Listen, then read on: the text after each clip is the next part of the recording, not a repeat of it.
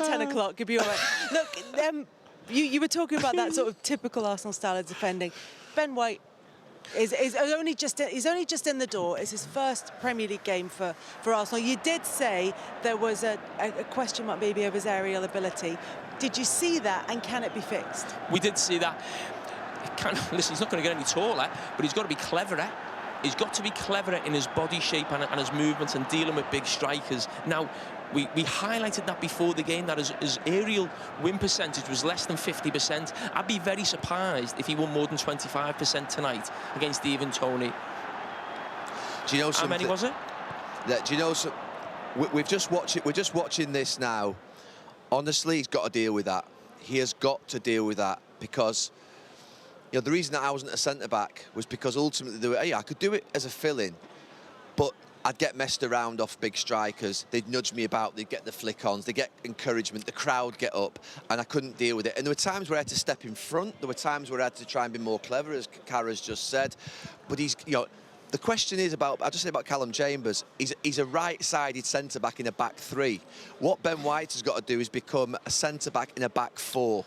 And that is a lot different than being a centre-back in a back three. It really is different. There's a large expectation.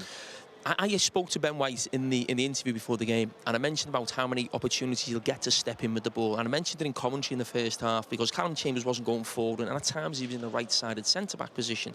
So Ben White isn't going to get as many opportunities to step in with the ball, so to actually show his quality that we all associate with him.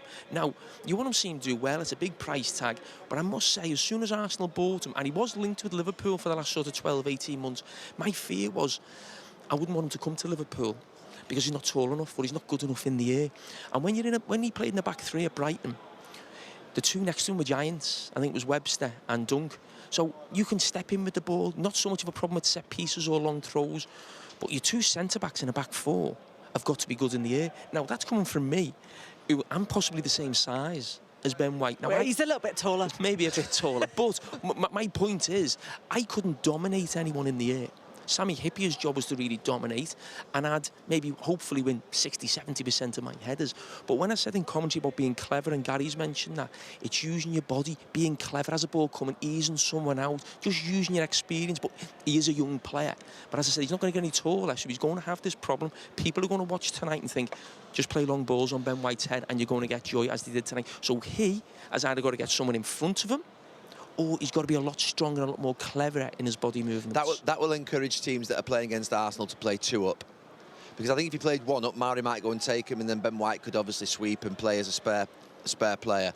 I said before the game, no one's going to remember at the end of the season how many good passes Ben White's made. And you know when we say he's good on the ball, that was something we used to say 15 years ago when a centre-back was good on the ball.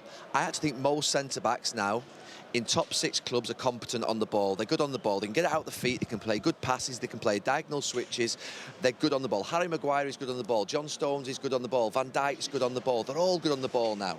They're really good on the ball. Thiago at Chelsea's good on the ball. So we've got to stop saying he's good on the ball, because every centre-back now in the top 6 is good on the ball. The difference will be, can he defend his goal? Can he make a difference to this Arsenal team? And it's too early. We're talking about tonight, but let's be clear, those Toney clips, those 5 or 6 ones where he's got literally bullied, he's got nudged around, that's going to be the pre-match analysis of every team that plays Arsenal. If you're playing Arsenal next week, you're going to be looking at that and thinking, we'll stick it on him, we'll put it up against him, we'll put our big man on him on set pieces, because he will be a target. And he's a £50 million price tag, and he'll have to come through that early months of pressure and expectation of people like us talking about him.